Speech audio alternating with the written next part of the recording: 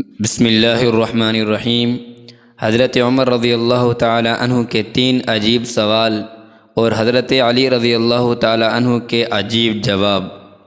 حضرت ابن عمر رضی اللہ تعالی عنہ فرماتے ہیں کہ حضرت عمر بن خطاب رضی اللہ تعالی عنہ نے حضرت علی بن ابی طالب رضی اللہ تعالی عنہ سے فرمایا، اے ابو الحسن، اے حسن کے باپ، کئی مرتبہ آپ حضور اقدس صلی اللہ علیہ وسلم کی مجلس میں موجود ہوتے تھے اور ہم غائب ہوتے تھے، اور کبھی ہم موجود ہوتے تھے اور آپ غیر حاضر۔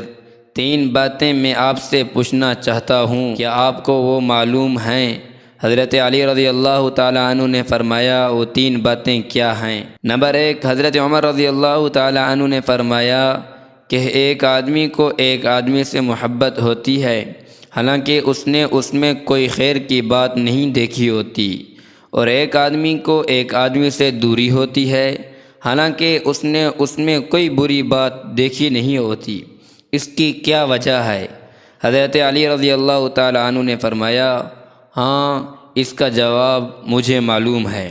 حضور اکرم صلی اللہ علیہ وسلم نے فرمایا کہ انسانوں کی روحیں ازل میں ایک جگہ اکٹھی رکھی ہوئی تھیں، وہاں وہ ایک دوسرے کے قریب آ کر آپس میں ملتی تھیں، جن میں وہاں آپس میں تعارف ہو گیا، ان میں یہاں دنیا میں بھی الفت محبت ہوتی ہے، اور جن میں وہاں اجنبیت رہی وہ یہاں دنیا میں ایک دوسرے سے الگ رہتے ہیں۔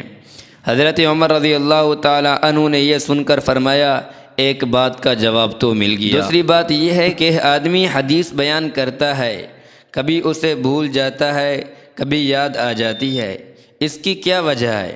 حضرت علی رضی اللہ تعالی عنہ نے فرمایا، میں نے حضور اکرم صلی اللہ علیہ وسلم کو یہ ارشاد فرماتے ہوئے سنا کہ جیسے چاند کا بادل ہوتا ہے ایسے ہی دل کے لیے بھی بادل ہے۔ چاند خوب چمک رہا ہوتا ہے، بادل اس کے سامنے آ جاتا ہے تو اندھیرا ہو جاتا ہے، اور جب بادل ہٹ جاتا ہے چاند پھر چمکنے لگتا ہے۔ ایسے ہی آدمی ایک حدیث بیان کرتا ہے، وہ بادل اس پر چھا جاتا ہے تو وہ حدیث بھول جاتا ہے، جب اس سے وہ بادل ہٹ جاتا ہے تو اسے وہ حدیث یاد آ جاتی ہے۔ حضرت عمر رضی اللہ تعالی عنہ نے فرمایا، 2 باتوں کا جواب مل گیا۔ تیسری بات یہ ہے کہ آدمی خواب دیکھتا ہے تو کوئی خواب سچا ہوتا ہے، کوئی جھوٹا، اس کی کیا وجہ ہے؟ حضرت علی رضی اللہ تعالی عنہ نے فرمایا، جی ہاں، اس کا جواب بھی مجھے معلوم ہے۔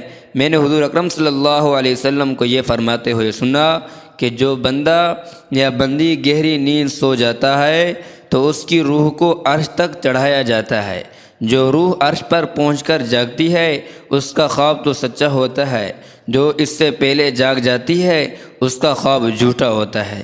حضرت عمر رضی اللہ تعالی عنہ نے فرمایا، میں ان 3 باتوں کی تلاش میں ایک عرصہ سے لگا ہوا تھا، اللہ کا لاکھ شکر ہے کہ میں نے مرنے سے پہلے ان 3 باتوں کو پا لیا۔